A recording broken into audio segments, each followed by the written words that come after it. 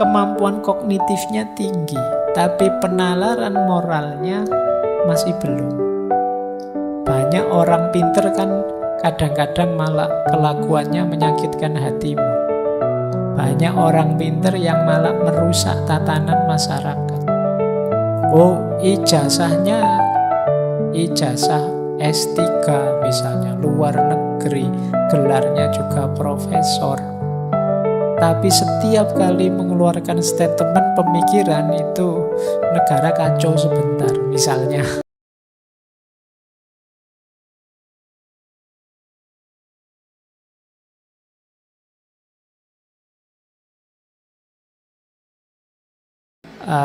Malam hari ini kita kembali ke tema etika, tema moralitas. Ini mungkin saya merasa banyak kegelisahan besar kita belakangan ini berkaitan dengan moralitas, berkaitan dengan etika. Kalau sekedar informasi materi, kita sekarang jaya karena ada medsos. Kalau konten, apalagi. Kalau konten itu tiap hari kita ribuan, mungkin jutaan konten baru diproduksi. Insya Allah kita tidak akan kekurangan informasi. Tapi yang berat itu bagaimana kita menyikapi perubahan-perubahan situasi, moralitas seperti apa, sikap yang seperti apa. Baik, bismillah. Malam hari ini kita awali dari teorinya seorang filosof etika namanya Lawrence Kohlberg. Teorinya terkenal sekali, teman-teman yang dari tradisi psikologi atau teman-teman yang pernah belajar filsafat etika, insya Allah pernah mendengar nama ini. Kalau tidak, ya paling tidak malam hari ini sudah mendengar. Dan kita ayo belajar pelan-pelan. Manfaat apa yang bisa kita ambil dari tokoh kita malam hari ini. Beliau ini profesor dari Universitas Chicago dan sekaligus Universitas Harvard. Kelahiran tahun 1927, meninggal 1987. Meskipun anaknya orang kaya, ya beliau juga mengalami kepahitan-kepahitan hidupnya sendiri. Beliau ini pernah dipenjara, beliau ini Yahudi, pernah dipenjara karena itu dia membantu orang-orang Israel. Kemudian dalam perang tahun 48 itu beliau mengkampanyekan anti kekerasan. Ya, orang yang mengkampanyekan anti kekerasan di era di mana kekerasan jadi gaya hidup, ya dia jadi orang yang dianggap melawan arus. Kalau tidak, malah dianggap orang yang salah. Itu kan persis syairnya Ronggo Warsito itu kan. Menangi zaman edan itu sulit. Kalau ndak ikut edan, ndak kebagian apa-apa. Tapi kok ikut edan, ya mosok edan dipilih. Nah itu menarik kalau teman-teman baca Masnawinya Jalaluddin Rumi itu kan ada kisah tentang ketika situasi semua orang sudah lupa, itu justru satu-satunya orang yang ingat itu dianggap orang gila. Baik, nah kita belajar ya gagasan etiknya Lawrence Kohlberg ini. Ini teori beliau ini dikenal istilahnya berhubungan dengan dunia psikologi moral. Jadi belajar tentang etik tapi dikaitkan dengan kondisi psikologis kita. Kondisi kejiwaan kita. Nanti asumsi besarnya Lawrence Kohlberg ini, jadi kondisi mental kita yang itu berubah yang itu berkembang, itu berhubungan juga dengan perilaku moral kita. Jadi moralitas itu bertahap, berjenjang. Kalau asumsinya Lawrence Kohlberg, ya kondisi jiwa kita mempengaruhi perilaku moral kita. Makanya kalau ada orang kok kelakuannya gitu ya, atau orang itu kayak gitu kok dia merasa baik ya, itu berarti ya di situ level moralnya dia. Jadi tahap moralnya dia di situ. Kadang-kadang kan kita heran, menurut saya loh itu jelas tidak sopan, menurut saya itu jelas pelecehan, tapi kok dia merasa baik-baik saja ya, aman-aman saja ya, merasa ya memang seharusnya begitu. Nah kalau pakai teorinya Kohlberg ini, ya memang levelnya dia di situ, tingkatan moralnya dia ada di situ. Ya ini malam hari ini kita belajar itu biar kamu ndak heran dan juga ndak ngamuan juga kalau ketemu orang-orang semacam itu. Jadi kalau ada kelakuan-kelakuan yang tidak cocok sama kalian, tinggal disimpulkan saja, oh memang level moralnya masih di situ, kurang tinggi. Meskipun ya saya sarankan pertama-tama kalian sebelum ngejudge orang, menilai orang, nilai diri sendiri dulu. Kamu levelmu terus ada di mana? Ketika engkau menganggap orang lain standar moralnya rendah, nah standarmu terus ada di mana? Malam hari ini kita cek ya, nanti kita ada di mana kalau pakai teorinya Kohlberg ini. Moralitas kita ada di titik mana. Jadi malam hari ini kita mempertemukan kajian filsafat dan kajian psikologi. Kajian tentang etik itu kan cabangnya filsafat. Cuma nanti kawin dengan kajian psikologi. Baik. Silahkan yang sudah siap-siap tidur, doanya di tata. Malam hari ini materinya materi kelas sekali, materi kampus sekali. Jadi pokoknya kita kejar barokahnya saja. Entah nanti paham, tidak paham materi yang saya sampaikan malam hari ini. Oke, saya mulai di sini. Ada 4 hal yang mempengaruhi perilaku moral kita. Jadi ini secara psikologis ya. Yang pertama apa? Sensitivitas moral. Kepekaan moral. Orang itu beda-beda kepekaan moralnya. Jadi ada orang yang melakukan perbuatan tidak baik atau menyakiti yang lain atau menyusahkan yang lain, tapi dia tidak sadar juga. Nah, itu nanti hubungannya dengan kepekaan moral. Ada orang yang sebenarnya yang dilakukan masih normal saja kok, tapi dia tidak enaknya luar biasa. Nah, itu hubungannya dengan kepekaan moral. Kamu peka enggak sih kalau yang kamu omongkan itu menyakiti? Nah, itu kepekaan. Saya mau tanya temanku ini sudah punya pasangan apa belum ya? Tapi kalau tak tanya tersinggung enggak ya? Nah itu berarti kamu punya level kepekaan sendiri. Atau jangan-jangan kalimatku tadi menyakiti dia. Nah, itu hubungannya dengan kepekaan. Kalau kamu sering jadi orang tidak enakan, mudah sungkan, mudah segan terhadap sesuatu, itu kemungkinan hubungannya dengan sensitivitas moral ini. Nah, ini menentukan perilaku moral. Kalau kalian tidak enak itu kan terus mulai remnya diefektifkan. Tidak ingin lagi menjelajah atau ngejar-ngejar informasi dan lain sebagainya. Nah, ini yang pertama. Dan ini setiap orang pastinya beda-beda. Ada yang sangat sensitif, ada yang tumpul sama sekali. Nah, yang kedua, penilaian moral.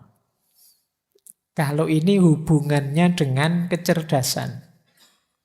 Penilaian moral itu nanti nyambungnya dengan keputusan moral.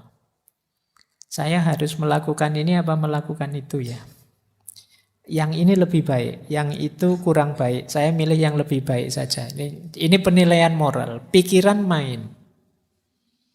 Jadi saya habis dimaki-maki orang ini. Enaknya saya balas maki-maki, saya diamkan saja, atau saya jelaskan baik-baik, atau saya rangkul dia. Ini kan pertimbangan-pertimbangan moral. Itu pikiran yang main. Kalau sensitivitas tadi mungkin kepekaanmu, perasaanmu.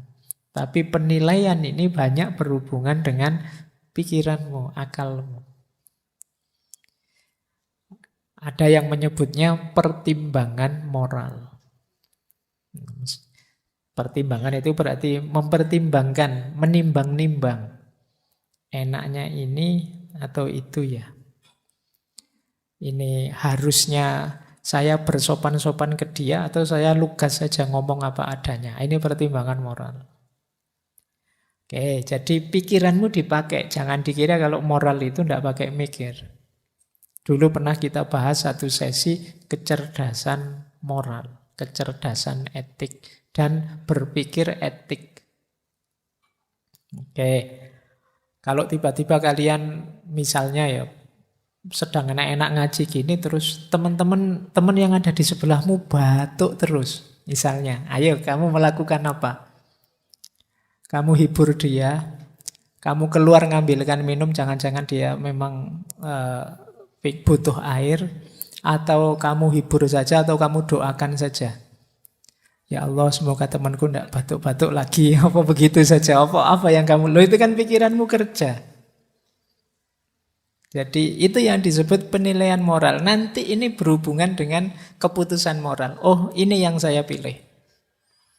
Nah, yang kedua itu. Jadi moralitas seseorang itu berhubungan dengan sensitivitasnya, berhubungan dengan kecerdasannya.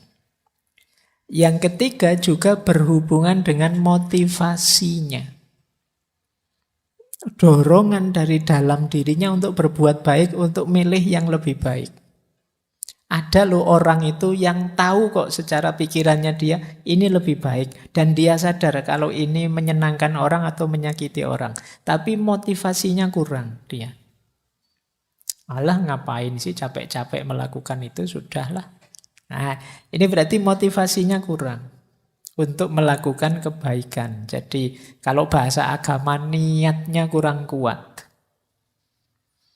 Kalau niat kurang kuat ini kan kamu tahu kamu harus melakukan apa tapi tidak melakukan apa-apa. Atau ya melakukannya setengah hati. Nah, ini namanya motivasi moral. Biasanya ya lawannya kemalasan moral, demotivasi moral. Kamu tidak tahu yang baik dan buruk tapi tidak ingin melakukan yang baik dan menjauhi yang buruk. Yang keempat baru implementasinya. Kalau implementasinya itu gabungan antara tiga tadi plus situasi konkretnya.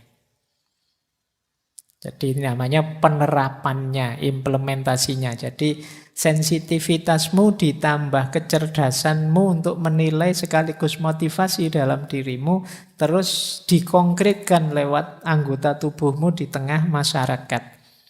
Ini namanya implementasi. Disitulah perilaku moral lahir. Jadi dipengaruhi oleh 4 hal ini sekaligus. Jadi kalau kalian ingin menganalisis perilaku moral seseorang, kalian tinggal bagi, sejauh mana dia sensitif, sejauh mana kecerdasan moralnya bekerja, sejauh mana dia termotivasi untuk melakukan perilaku moral itu, dan implementasinya seperti apa. Nah, ini 4 hal yang berpengaruh dalam perilaku moral kita. Ya, ini yang membuat setiap orang itu bisa beda-beda perilakunya. Karena apa? Sensitivitasnya beda-beda, kecerdasannya juga beda-beda, motivasinya juga beda-beda. Jadi, maka keputusan moralmu dengan temanmu, mungkin dengan adikmu, dengan keluargamu bisa saja sangat jauh berbeda. Kenapa? komponen isi komponen 3 tadi beda. Sehingga implementasinya beda-beda. Oke, baik. Nah, ini silahkan nanti kalian renungkan ya. Perilakumu sejauh mana kamu sensitif secara moral, peka. Sejauh mana kamu cerdas secara moral. Dan sejauh mana kamu termotivasi untuk jadi orang yang bermoral. Ada loh orang yang tidak termotivasi jadi orang yang bermoral. Banyak mungkin orang yang putus asa dengan moral. Alah Pak, saya bermoral, akhirnya saya yang paling sulit. Saya yang paling sengsara. Saya toleran bantu teman, terus akhirnya ya saya susah sendiri, teman-teman ketawa-ketawa enak. Saya paling sumpek misalnya. Terus dia putus asa dengan moral. Ada yang begitu. Nah, silahkan kalian renungi ya. Profil moralitasmu itu bisa diambil dari 4 variabel ini. Lanjut. Nah, sekarang kita mulai masuk ke teorinya Kolbeck. Tahap-tahap perkembangan moral. Kita awali dari dasarnya yang mempengaruhi Kolbeck. Yang banyak disebut orang berpengaruh tentu saja gagasan psikoanalisisnya Freud. Ini tulisannya Freud. Biasanya kalau mahasiswa baru membacanya masih Freud. Tidak apa-apa, masih murni berarti masih asli. Belum terpengaruh barat. Oke. Nah, teman-teman mungkin masih ingat ya, kalau di teorinya Freud, komposisi psikologis kita itu kan isinya 3. Id, ego, dan superego. Jadi hidup kita itu ada 3 komponen.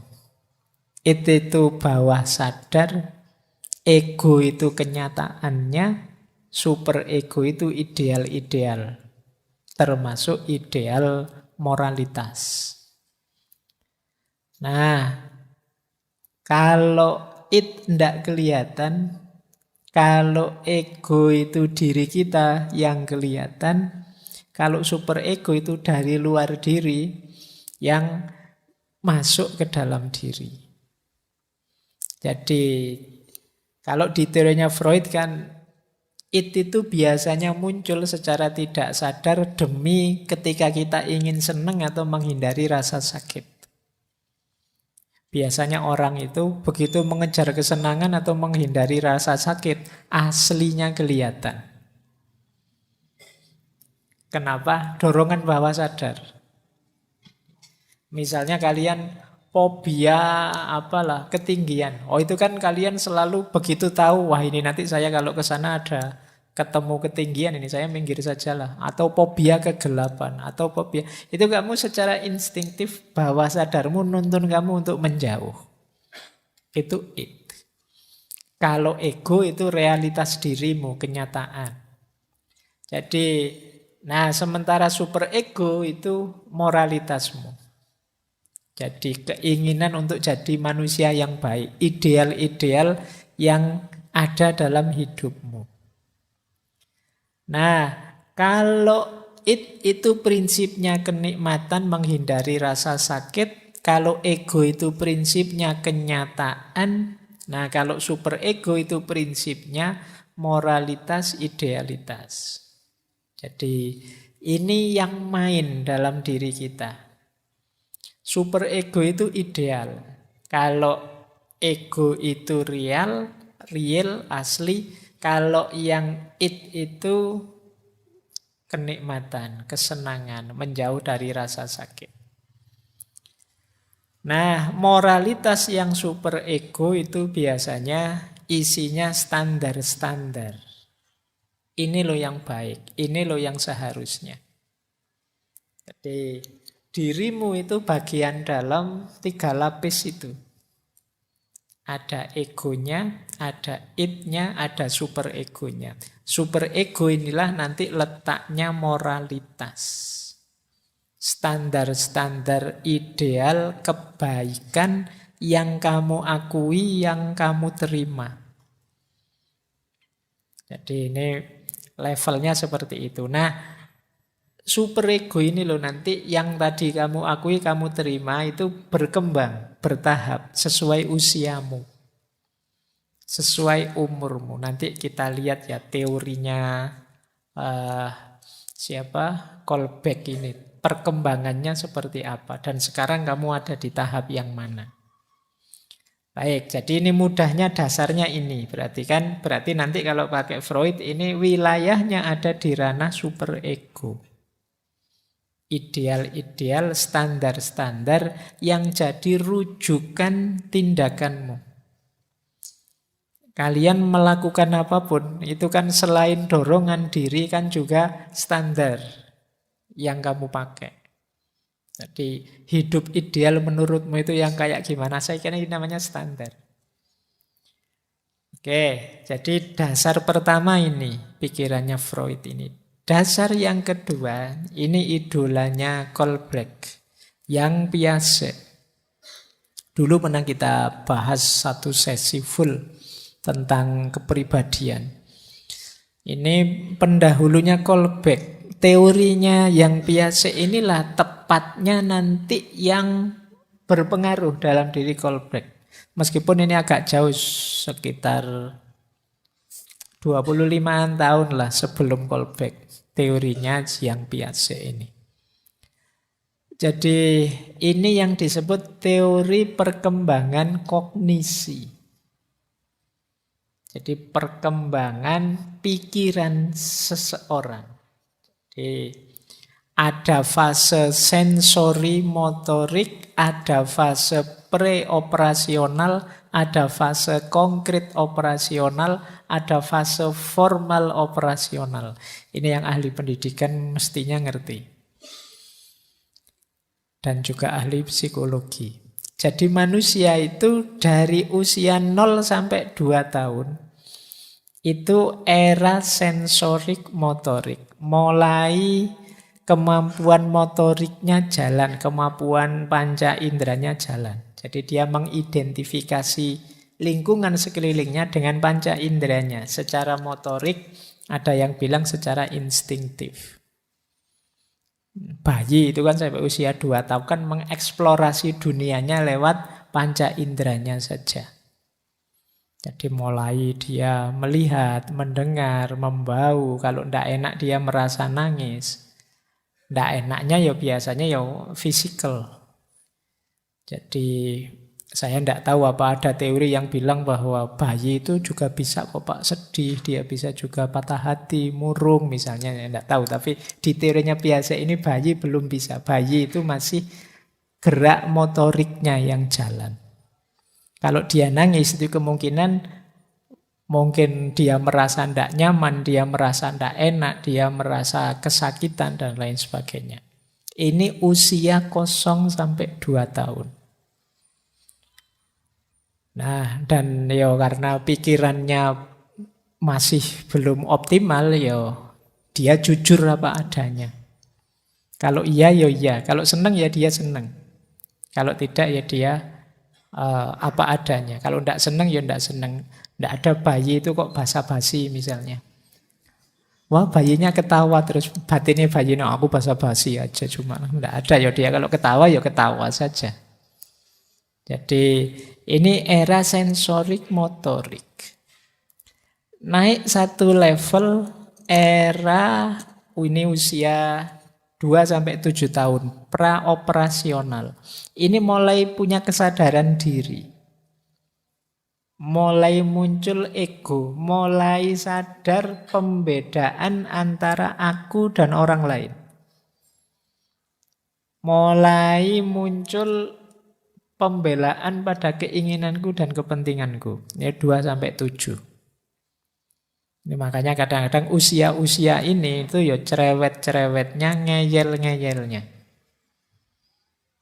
Karena akalnya baru hidup, baru sadar, wah aku itu ternyata sosok yang berbeda dengan yang lain. Aku punya keinginan. Aku punya tujuan sendiri. Ya, tujuan hidup yang sejauh kemampuan dia berpikir. Masih untuk mencari senang. Nah, coraknya egosentris. Jadi mulai bisa ngomong, mulai bisa menerjemahkan realitas dalam kata-kata. Tapi masih egois, level dirinya sendiri saja yang difikirkan. Ini era pre-operasional. Makanya kalau ada teman-teman kok sudah besar kok sangat egois, jangan-jangan kamu usia batinmu tidak beranjak dari 2 sampai 7 tahun itu. Yang dipikir dirinya sendiri, terus tidak pernah mempertimbangkan orang lain. Nah, yang ketiga ada konkret operasional.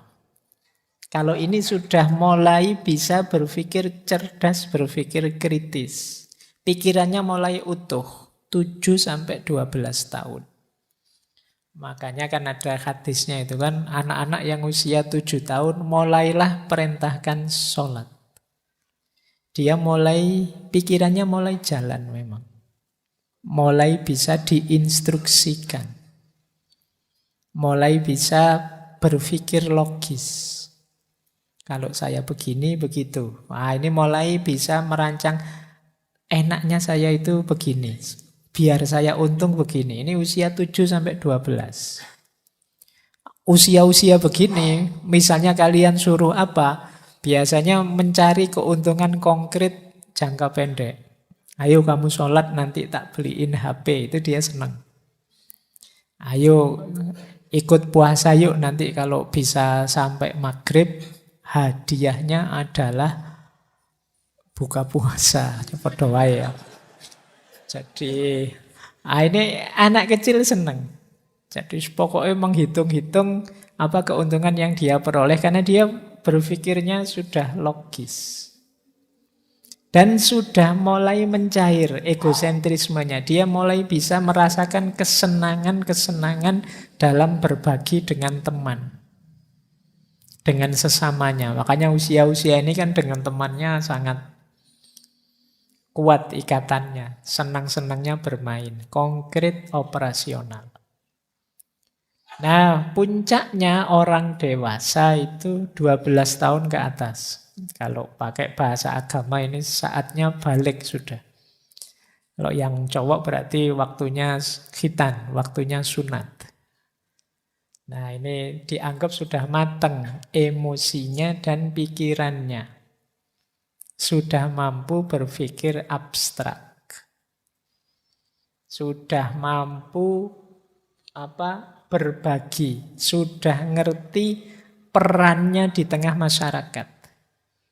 Ini umur 12 ke atas. Nah, ini boleh kalian cermati ya. Kelihatannya kan rentang usia ini mirip-mirip dengan misalnya fikih. Antara balik lah, antara dewasa lah, nah ini 12 tahun ke atas. Setelah itu ya sudah dianggap manusia dewasa. Meskipun untuk nonton film dewasa nunggu 17. Sekarang malah ditambah. Sekarang film-film itu tidak 17. Saya lihat tulisannya 18. Saya tidak tahu kalian ada tidak yang sudah ekstra dewasa, berarti kan itu sudah 17, 18 ke atas. Tapi keutuhanmu sebagai manusia dalam berpikir mempertimbangkan itu, kalau pakai teorinya yang biasa ini 12. Jadi matang. Harusnya sejak usia itu kalian sudah dewasa berpikirnya. Meskipun ada saja orang yang sampai mahasiswa semester 5, semester 6 masih seperti umur 2 sampai 7 tahun tadi. Itu kalian perlu pendewasaan diri, mulai agak latihan biar tidak terlalu egois. Baik, saya lanjutkan. Yang ketiga, yang sering dianggap berpengaruh dalam gagasannya Kolbeck adalah teorinya Maslow. Dulu kita pernah bahas satu sesi full. Masih berhubungan dengan kepribadian. Kalau ini level aktualisasi dirinya manusia. Jadi moralitas itu kalau di Maslow, Abraham Maslow, ini Bukan Maslow membacanya. Ya, Maslow itu nama, jangan dibaca Mas itu ya Mas, low itu rendah jadi Mas yang kelas rendah. Enggak. Maslow itu lengkap. Jadi moralitas berhubungan dengan aktualisasi diri. Manusia yang bermoral baik itu adalah manusia yang mampu mencapai puncak hierarki aktualisasi diri. Kalau di Maslow dulu kan aktualisasi diri itu kan level. Ada level fisik. Ada naik satu level, level kenyamanan, keamanan. Ini dua level pertama ini sebenarnya kebutuhan dasar. Orang kalau terpenuhi kebutuhan dasarnya baru naik ke level rasa memiliki dan cinta. Kalau fisiknya belum beres, sulit naik ke level selanjutnya. Kalau kalian fisiknya sakit misalnya, wah urusan cinta-cintaan nanti dulu lah. Sembuh dulu, sehat dulu. Kenapa? Yang bawah belum terpenuhi. Kalau dalam situasi tidak aman misalnya, dalam situasi perang nyawamu terancam itu ya ada orang wirawiri cakep juga tidak dipikiranmu gimana caranya selamat. Nah, kebutuhan dasar terpenuhi dulu baru naik level. Nah, kebutuhan rasa memiliki, cinta, dan juga penghargaan. Nah, ini levelnya lebih abstrak. Kebutuhan psikologis. Dan puncaknya aktualisasi diri. Jadi, kebutuhan puncakmu itu aktualisasi diri. Cirinya, ini ringkesan sebenarnya dari ngaji filsafat yang dulu, orang aktualisasi diri itu orang yang pertama mandiri. Berarti dia lepas dari ketergantungan pada apapun selain dirinya sendiri, itu namanya mandiri. Kalau masih banyak bergantung pada di luar diri berarti belum puncak aktualisasi dirimu. Kamu itu mampu kok untuk mandiri. Yang kedua realistis. Jadi menerima kenyataan hidupnya apa adanya. Yang ketiga problem solver. Mampu menyelesaikan masalah apapun dalam hidupnya. Karena dia mandiri, ya ada masalah dia selesaikan sendiri. Ada lagi yang menarik menurut saya, punya selera humor yang tinggi. Orang bisa berhumor ria, itu berarti hidupnya nyaman. Jadi kalau kalian sedang sumpek, stres kan diajak guyon susah. Nah, bisa guyon, bisa bergurau, itu berarti kamu bisa menikmati hidupmu. Tidak mencurang, terus sumpek, terus koyok-koyok hidup itu berat gitu. Nah, berarti kurang aktual hidupmu. Orang yang menganggap hidupnya berat itu kan sebenarnya nyambung dengan tadi. Dia belum menerima hidupnya apa adanya. Siapa sih orang yang tidak ada kurangnya? Siapa sih orang yang tidak ada masalahnya? Tapi orang yang mampu memuncakkan aktualisasi dirinya, ya menyadari itu, menerima itu, dan bisa menikmati itu. Makanya bisa bergurau, bisa humor. Nah, ya kalian tetap harus hati-hati ya. Nanti saya sudah bisa humor kok Pak, tapi teman saya tidak. Ya hati-hati kan, nanti humormu dianggap serius sama temanmu. Yang tidak ngerti humor, tidak bisa humor. Oke ya, baik. Jadi sense humornya tinggi. Kan ada orang itu ya sense humornya tidak terlalu tinggi. Kalau ada orang guyon, dia menangkapnya lama. Yang lain ketawa sudah selesai, dia baru, oh iya, wahahaha, gitu terakhir. Yang lain sudah selesai, kamu baru ketawa. Baru, oh iya lucu ya, iya. Kamu mikirnya kesuwen, lucunya sudah lewat.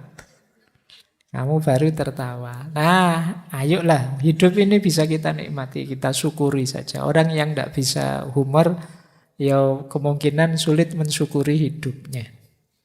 Nikmati hidup. Dan yang terakhir tentu saja menghargai proses. Dia sadar kok untuk mencapai apapun ada prosesnya. Tidak ada yang instan. Apapun itu. Nah ini hidupmu nyaman sudah. Nah ini ciri-ciri orang yang mampu mengaktualkan dirinya. Dia mandiri, realistis, problem solver, selera humornya tinggi, dan menghargai proses. Ini basis-basis teori dari Maslow, dari Freud, dari Piaget tadi yang nanti dipakai oleh Kolbeck untuk merancang gagasannya tentang tahap perkembangan moral.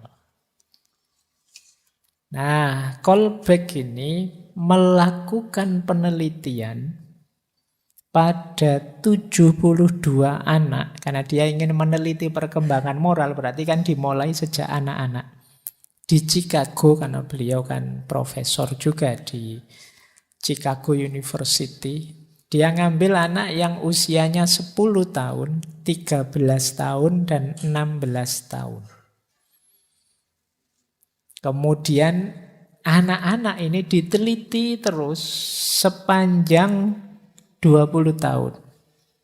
Diikuti terus, diuji terus, dicek terus kehidupannya. Ya dia melihat perkembangan moralnya. 20 tahun. Nah, bayangkan kalian apa ya sabar neliti sampai 20 tahun. Ya kan, kalian kadang-kadang nulis skripsi aja penelitian lapangan, ya kamu ngarang aja, lapangannya ndak ada. Kamu kira-kira. Nah ini 20 tahun neliti beneran loh.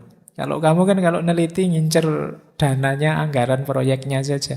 Jadi kalau ini serius, ingin tahu sejauh mana perkembangan moralnya manusia itu. Nah, ya setiap anak dalam jangka waktu tertentu diberi pertanyaan-pertanyaan di interview selama 2 jam. Nah, ini ya penelitian ini yang dilakukan oleh Kolbeck nanti melahirkan teori tahap-tahap perkembangan moral. Nanti caranya dia nguji itu pakai dilema moral. Nanti kita bahas lagi dilema moral seperti apa. Nah, jadi ini basisnya. Biar kamu ndak nganggep, wah, Kolbeck itu jangan-jangan ngarang saja dikira-kira. Ndak. Dia neliti beneran. Baik, kita lanjutkan. Nah, ini hasilnya. Nanti kita jelaskan satu-satu ya. Jadi perkembangan moralnya manusia itu bisa dibagi dalam 3 level dan 6 tingkatan, 6 stage. Setiap level ada 2 tingkat. Level 1 namanya prekonvensional. Level 2 namanya level konvensional. Level 3 namanya level postkonvensional. Oke ya. Kalian pahami saja, dilihat, dipahami, didengarkan, dipahami. Tidak harus dihafalkan, tidak ada ujiannya. Nanti kalau ingin tahu lagi, ya ditengok lagi. Jadi ada level pre, ada level post, ada level konvensional. Level pre-konvensional itu fokusnya kenyamanan diri. Jadi kalau orang melakukan kebaikan itu sebenarnya targetnya biar dia sendiri nyaman, enak. Nah itu ada 2 tingkat. Tingkat 1 namanya tingkat hukuman dan kepatuhan. Nanti kita uraikan masing-masing tingkat. Kalau tingkat 2 itu keuntungan personal. Nah, ini aspek etik level 1, berarti yang paling bawah. Ada lagi naik 1 level, level etik kedua, level konvensional. Kalau tadi kan yang dilihat dirinya sendiri, kalau yang kedua ini orang lain. Dia sudah mulai kepedulian pada orang lain. Nanti ada 2 tingkat. Tingkat 3 yaitu menyesuaikan dengan keinginan kelompoknya, masyarakatnya. Dan tingkat 4 itu otoritas dan ketertiban sosial. Level 3 post konvensional. Kalau yang tadi kan fokusnya pada yang lain, yang pertama fokus pada diri sendiri. Level 3 ini fokusnya pada prinsip-prinsip moral, nilai-nilai moralnya. Jadi bukan akunya, bukan orang lain tujuannya ya kebaikan itu sendiri, prinsip-prinsip moral. Ini level 3. Nanti ada 2 tingkatan. Tingkatan kelima itu kontrak sosial dan hak setiap orang. Tingkat keenam prinsip-prinsip etik universal. Jadi ternyata moralitas kita itu berkembang. Tidak macet, tidak kok orang itu tiba-tiba jadi baik, tiba-tiba jadi murni sekali. Misalnya, Pak, saya ingin ikhlas, Pak, langsung terus bisa ikhlas, itu enggak. Ada tahapannya. Jadi moralitas kita juga bertahap. Meskipun nanti ada kritik juga, tapi kita pahami ini dulu. Jadi ayo kita bahas satu-satu ya. Yang pertama, ini berarti masih dari level 1. Tahap pertama atau stage tingkat pertama itu orientasi moral yang hukuman dan kepatuhan.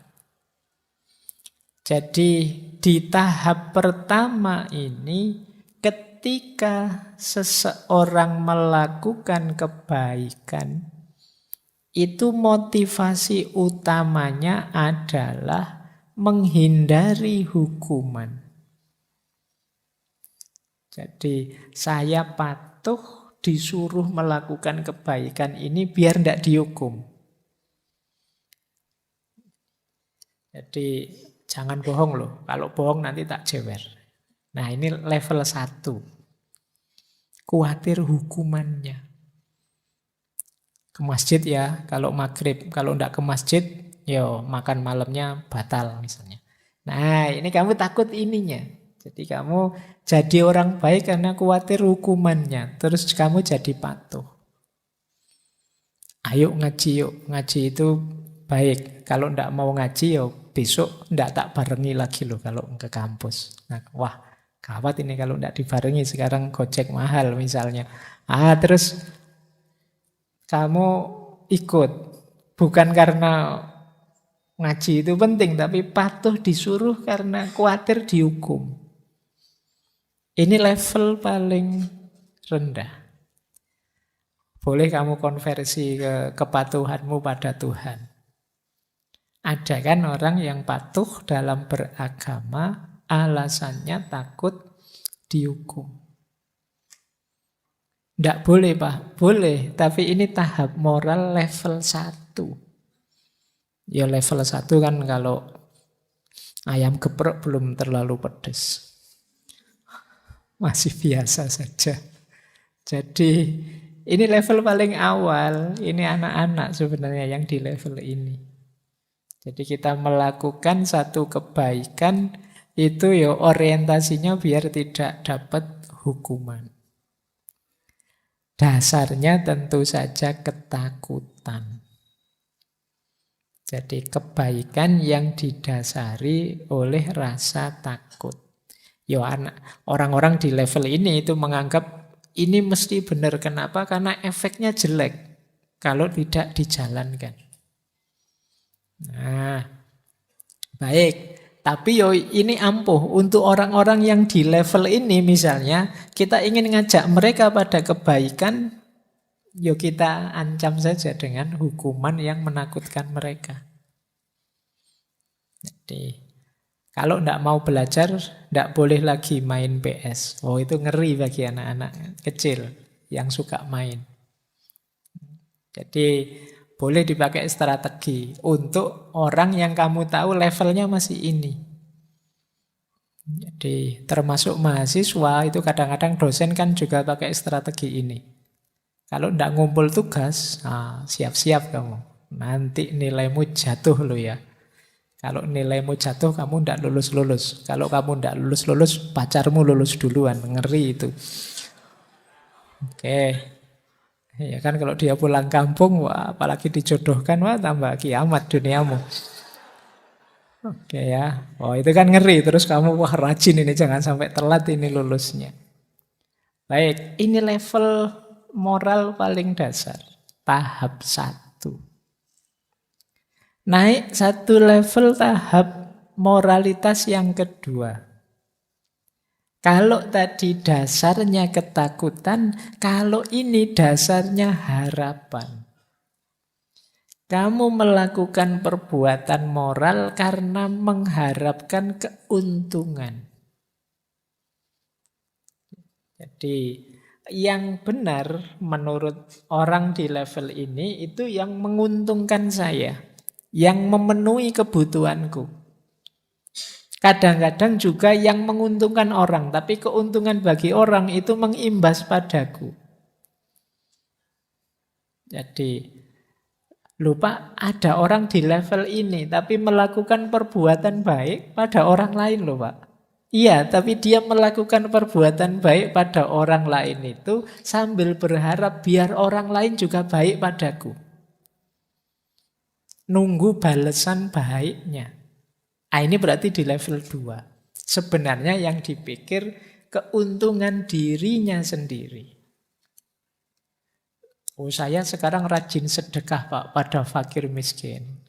Biar apa? Biar saya dapat balasan 700 kali lipat. Ya bodoh, yang nyari keuntungan kan balik ke kamu sendiri. Kamu kejar keuntungannya. Nah, ini moralitas level 2, tahap kedua. Hanya mencari keuntungan pribadi. Ujung-ujungnya kamu ingin balasan yang baik untuk dirimu. Nah, ini moralitas level 2. Kalau tadi dasarnya takut dihukum, kalau ini nunggu hadiah. Nah, kalau mungkin pakai bahasa agama yang level 1 itu diancam dengan neraka, yang ini dijanjikan surga. Tidak masalah, ini tetap bermoral, cuma moral yang level 2. Jadi kategorinya tetap perbuatan baik. Yang di luar level itu kan yang tidak baik. Ini baik kok. Jenis perbuatannya mungkin sama. Sama-sama sedekah. Kalau yang pertama sedekah karena takut kalau tidak sedekah nanti dihukum, dimarahi, dikucilkan masyarakat dan lain sebagainya. Nah, kalau yang kedua ini sedekah biar aku dapat balasan lebih banyak. Jadi begitu kamu habis sedekah terus kamu nunggu. Ini sudah 1 bulan loh. Kemarin aku sedekah 100.000 tapi kok enggak dapat 7 juta ya kalau dianukan. Mungkin kamu nunggu begitu. Nah, ini mengejar keuntungan pribadi. Ini level 2. Jadi kalau kamu melakukan kebaikan, menunggu balasannya yang lebih baik yang kamu inginkan, kamu di level 2. Ke rumahnya dosen bawa buah 5 kilo, baik sekali kamu sama dosen. Enggak Pak, biar nilai saya bisa naik misalnya. Nah, itu keuntungan yang kamu cari. Oke ya. Tapi kan jenis perbuatannya sama. Hanya motifnya yang berbeda, itu yang membedakan tahap moralitas di mana kita ada. Baik, ini yang kedua, yaitu ada contoh ketika kita menjadi sukarelawan biar dapat nama baik di tengah masyarakat. Nah, ini sukarelawannya bagus, tapi kan targetmu bukan kok membantu orang, tapi nama baik, statusmu lebih tinggi. Oke, baik. Jadi ini perbuatan baik yang motifnya hanya keuntungan pribadi. Oke, yang ketiga. Kalau ini berbeda lagi orientasi kebaikannya. Di level ketiga ini seseorang masuk ke ruang hidup sosialnya. Kalau tadi kan 2 level pertama itu masih sangat individual. Yang jadi fokus dirinya sendiri. Yang pertama tadi dirinya sendiri biar tidak sengsara, tidak susah. Yang kedua dirinya sendiri biar senang. Nah yang ketiga, ini level 3. Orang melakukan perbuatan baik karena ingin diakui, diterima, dianggap baik oleh masyarakatnya. Nah, ini mungkin ya bahasa singkatnya ingin membangun citra. Kalau di banyak referensi, ini level moralitas good boy, anak baik. Jadi kamu ingin dapat status anak baik. Tiap hari kamu puasa Senin Kemis, kamu ke masjid terus. Terus kenapa kamu melakukan itu? Ya biar dianggap anak soleh. Nah ini level 3, menyesuaikan dengan keinginan kelompok. Karena kelompokmu mengidealkan sosok manusia semacam itu. Maka kalian menyesuaikan dengan itu. Kalau warga sini setiap kali pertemuan harus datanglah demi keguyupan. Nah, kamu terus ikut ke sana melakukan itu. Jadi kesadaranmu untuk bareng-bareng bersama masyarakat dalam rangka menyesuaikan dengan keinginan mereka. Meskipun itu sebenarnya mungkin bukan keinginanmu sendiri. Jadi cirinya orang di level ini, dia melakukan kebaikan dalam rangka memenuhi harapan masyarakatnya. Bagian dari loyalitasnya terhadap kelompoknya atau masyarakatnya.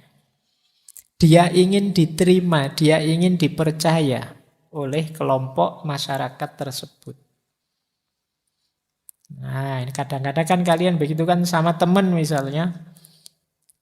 Aku boleh ndak kalau kamu ndak ada, bajumu tak pakai saja. Sebenarnya kan kamu ndak mau jawab tidak, gimana nanti kalau saya jawab tidak, nanti aku ndak dianggap teman yang baik.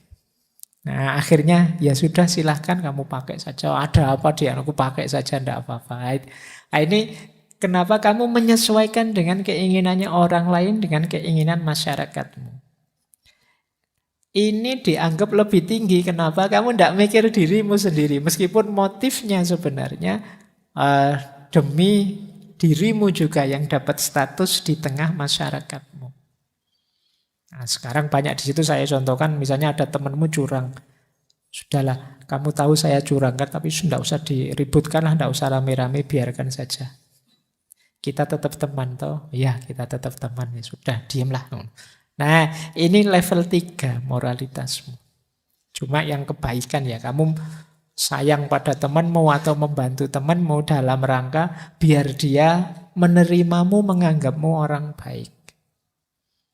Jadi menyesuaikan dengan keinginan kelompok. Yang lain begitu, ya sudah saya begitu, biar saya diterima. Nah, misalnya kamu masuk ke masjid ini, kok yang lain sarungan semua ya. Wah, kalau saya pakai celana jangan-jangan nggak dianggap. Sudahlah aku tak pakai celana, biar diterima jadi santri di masjid ini misalnya. Nah ini namanya tahap moralitas level 3. Kebaikan yang kamu lakukan hanya dalam rangka menyesuaikan dengan keinginan kelompokmu. Ya alhamdulillah kalau circlemu circle yang baik. Jadi penyesuaianmu lahirnya perilaku-perilaku baik, kebaikan-kebaikan. Jadi kalau circlemu circle tidak karu-karuan, ya perilakumu perilaku yang tidak karu-karuan. Jadi misalnya kamu punya geng khusus untuk geng kita, cirinya adalah bolos kuliah misalnya. Kalau yang tidak bolos kuliah jangan masuk circle kita misalnya. Kamu biar tetap di circle itu terus kamu tega-tegakan bolos kuliah. Kalau kayak gitu bunuh diri kamu. Nah, ya bikin circle ya. Seandainya kamu levelmu ada di sini, carilah circle atau bikinlah circle yang positif. Sehingga keinginanmu diterima itu ya melalui perbuatan-perbuatan positif. Pokoknya kalau kelompok kita, circle kita ini tidak boleh lulus kuliah lebih dari semester 8 misalnya. Kalau lebih semester 8 kita keluarkan misalnya. Itu kan bagus. Kalau kelompok kita ini minimal seminggu harus sodako 1 juta ya misalnya. Kan kamu otomatis sodako. Oh, iya. Ya ndak tahu ya, sotako. Sopo ngerti ya circle-nya anak-anak konglomerat. Kalau kamu ndak mampu berarti kamu bukan circle itu. Jadi itu tahap ketiga.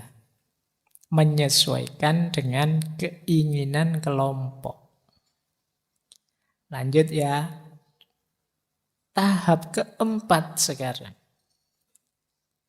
Ini lebih tinggi. Di tahap keempat ini, orang memang tidak egois lagi dirinya, sudah keluar dari dirinya. Kalau tadi mengikuti orang lain, kalau ini patuh mengikuti aturan yang sudah disepakati bersama. Misalnya hukum, adat, konvensi sosial. Nah, ini perbuatan baik itu ya menjalankan hukum atau aturan yang sudah disepakati. Mendukung aturan yang ada. Kenapa kok kamu tidak mencuri barangnya temanmu? Di sini ada aturannya, Pak. Tidak boleh mencuri barangnya teman. Nah, ini kamu ada di level 4. Jadi di level ini kamu butuh aturan untuk melakukan perbuatan baik. Kalau aturan-aturannya cocok, ya alhamdulillah kamu jadi orang baik. Baik dan buruk itu definisimu adalah sesuai aturan. Di zaman saya kuliah itu di kos-kosan sebelah saya ada aturan apel paling malam sampai jam 10. Saya tidak tahu sekarang sudah lebih apa malah kurang. Jadi itu kan aturan. Nah, kamu patuh pada aturan itu kan kamu disebut anak baik di tengah masyarakatmu. Dasarnya apa? Kamu mematuhi aturan.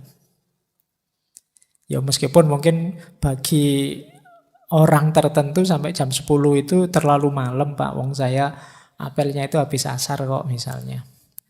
Atau bagi yang lain masih terlalu sore, Pak. Oh, sampai jam 10 saya belum sholat isya, nanti tadarusan, yasinan, tahlilan. Oh, bisa sampai setengah 10 itu tidak sempat apel misalnya. Nah, tapi aturan ya aturan. Begitu kamu patuh, kamu disebut orang baik. Jadi kalau apel lihat jam, wah jam 10 lebih 1 menit melanggar aturan kamu sudah. Jadi harus pas maksimal jam 10. Nah ini cara berpikir hukum dan tertib sosial. Aturan itu kan dibikin untuk tertib sosial.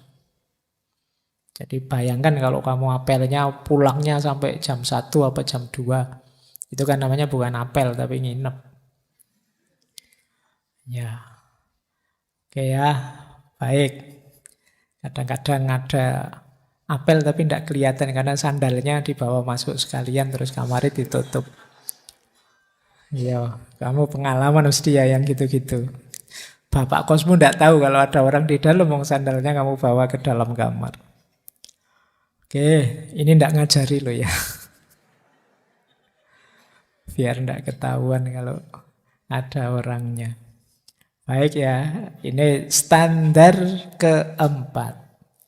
Kalau kalian masih perlu aneka ragam aturan untuk jadi orang baik, ya levelmu level 4. Jadi baik itu didefinisikan sebagai kepatuhan terhadap aturan.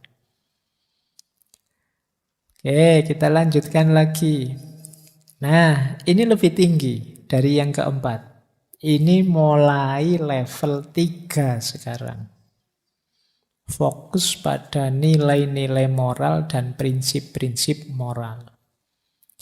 Jadi yang pertama itu kalian fokus pada dirimu sendiri. Yang kedua, yang 3, 4 itu fokus pada orang lain di luar dirimu.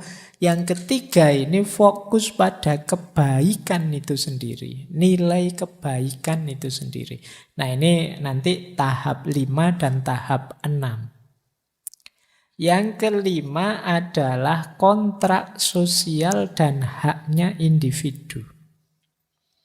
Orang menyebut yang kelima ini kadang dengan istilah utilitarianisme rasional. Fokusnya apa? Kebaikan itu harus didasarkan pada tercapainya kebahagiaan sebagian besar orang dan tidak melanggar hak-hak individu. Jadi individu itu dipandang punya nilai sendiri. Boleh punya pendapat sendiri yang harus kita hargai.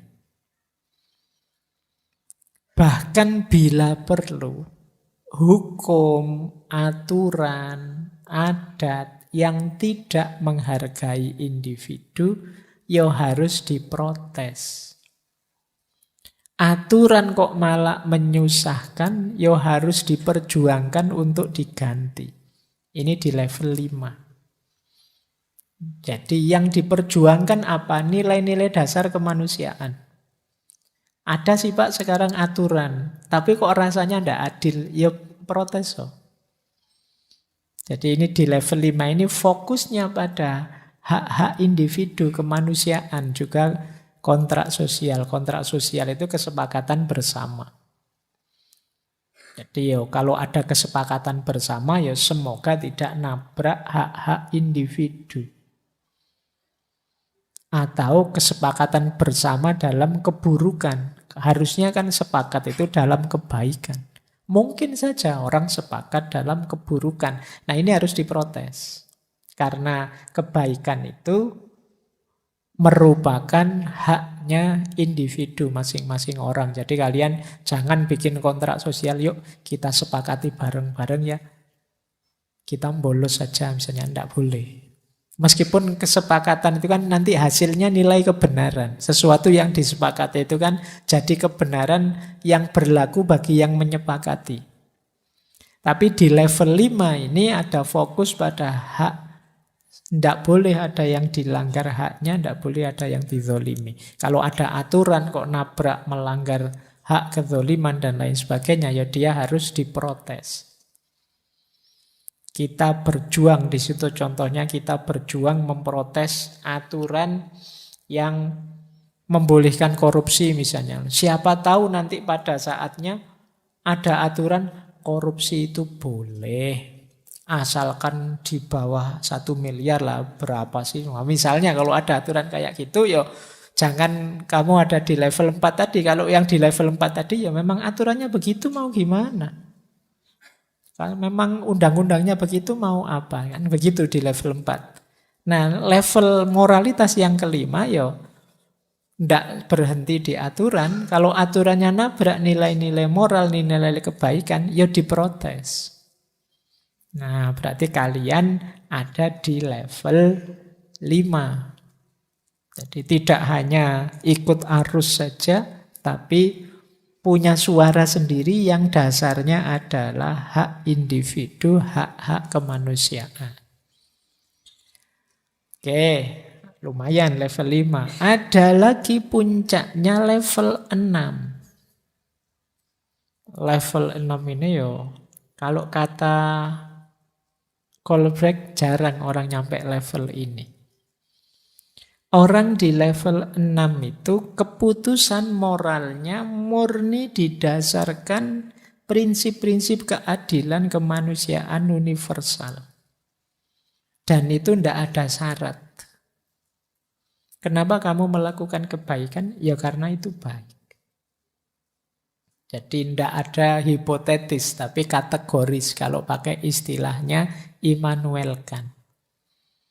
Ini yang orang menyebutnya mungkin ketulusan, keikhlasan. Jadi melakukan kebaikan, tidak ada pamrihnya apapun selain bahwa kebaikan itu memang baik, harus aku lakukan. Di sini kebaikan bukan cara. Kalau cara kan dalam rangka memperoleh sesuatu. Tetapi dia adalah buah atau hasil. Kalau hasil kan selesai sudah. Saya melakukan kebaikan ya karena itu baik. Efeknya apa? Tidak tahu. Kalau tadi dari awal sampai akhir kan selalu ada motif, selalu ada latar belakang, selalu ada target selanjutnya. Nah, kalau di yang keenam ini enggak. Sekarang kebaikan itu kita jalankan karena yang baik itu baik. Nih, 6 sudah ya. Nanti teman-teman coba cek, kalian itu ada di level mana. Cuma ngeceknya nanti ada caranya sendiri kalau menurut Kolbeck. Nah, ini beberapa uraian tambahan dari Kolbeck.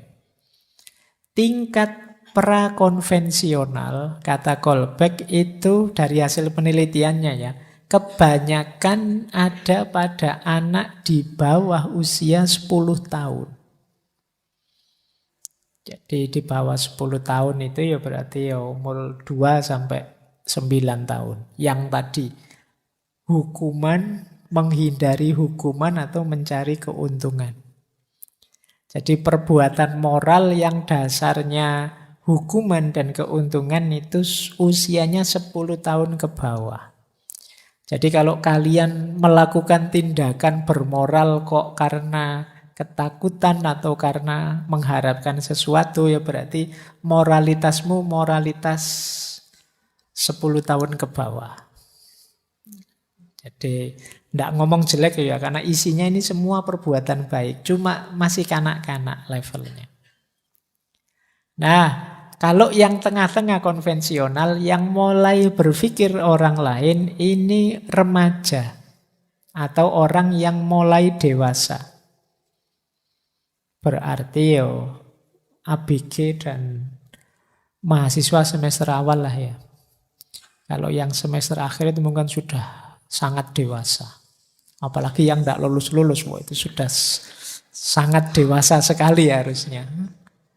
Jadi tingkat konvensional itu remaja dan orang-orang yang awal usia dewasa. Yang tadi ya, pertimbangannya yang difikirkan orang lain. Kalau tingkat pasca konvensional, ini orang yang dewasa yang kalau menurut Kolbeck itu 25 tahun ke atas. Kalau di sini ada yang usianya 25 itu berarti sudah dewasa. Makanya menikah itu 25. Berarti kamu dianggap sudah dewasa. Rasulullah nikah ya 25. Itu usia yang sudah matang secara moral. Jadi saatnya ya, kalau ada yang usia 25, kamu sudah matang, sudah dewasa, sudah boleh nikah. Kalau ada calonnya. Yo.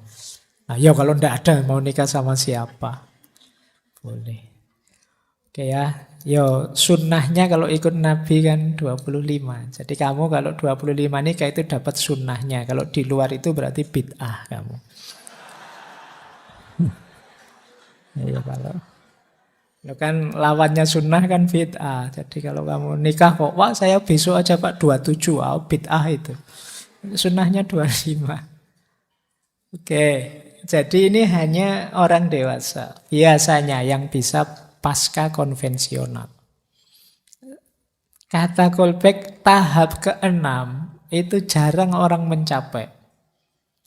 Yang disebut oleh Kolbeck, orang-orang yang sampai tahap ke-6 itu Gandhi, Martin Luther King, juga Galileo.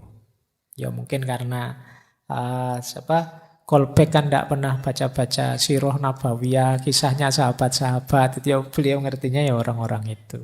Bisa dimaklumi.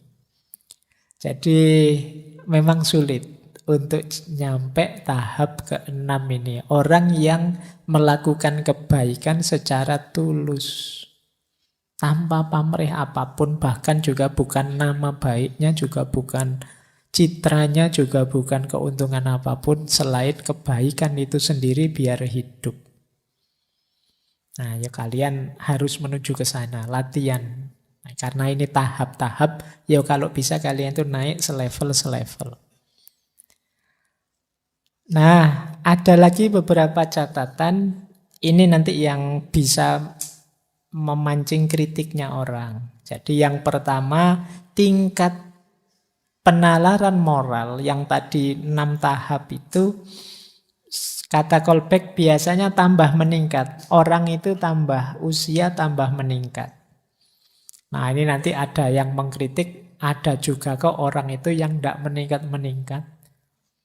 Sampai usia tua tambah nakal, tambah tidak karu-karuan misalnya. Masih ada. Jadi asumsi bahwa orang usianya bertambah, kematangan moralnya bertambah, mungkin perlu dibahas lagi. Nah, setiap tahap punya jenis pertimbangan moral yang berbeda. Tidak hanya konsep moral yang berbeda. Jadi, kenapa sih orang itu menganggap hukuman sebagai porosnya moral atau menganggap keinginan keuntungan sebagai porosnya moral? Yaitu jenis berpikirnya, nalar moralnya seperti itu. Jadi ganti level itu tidak selalu modelnya pengembangan, tapi ini ganti cara berpikir moralnya. Jadi naik level itu berarti berubah cara berpikirnya tentang moralitas. Jadi tidak serta-merta kemudian levelnya naik itu sebenarnya kelanjutan sebelumnya, tapi tidak. Ada juga yang perubahan pemikiran, karena setiap level pemikiran moralnya beda. Nah, ada lagi konotasi di tulisannya Kolbeck itu, ini sifatnya urut. Tidak bisa meloncat, tidak bisa mundur. Jadi ini juga boleh dikritik. Urut itu ya, orang itu kalau belum melewati tahap-tahapan moral tadi, tidak mungkin dari level 1 tiba-tiba level 6. Biasanya ya setingkat-setingkat. Logiknya begitu, tapi mungkin kalau dalam agama kan ada orang-orang tertentu itu yang mengalami loncatan luar biasa. Dari penjahat terus jadi wali juga ada. Dari orang yang amoral jadi sangat bermoral juga ada. Ini loncatan-loncatan. Perlu kalian bahas kembali apa ya, sama sekali harus urut dan tidak bisa meloncat, tidak bisa mundur.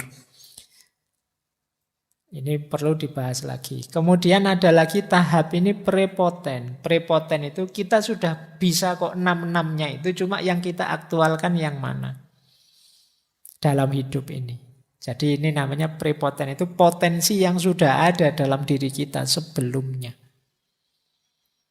Kita itu bisa di tahap mana saja. Kita mau 6 sekarang kita mampu.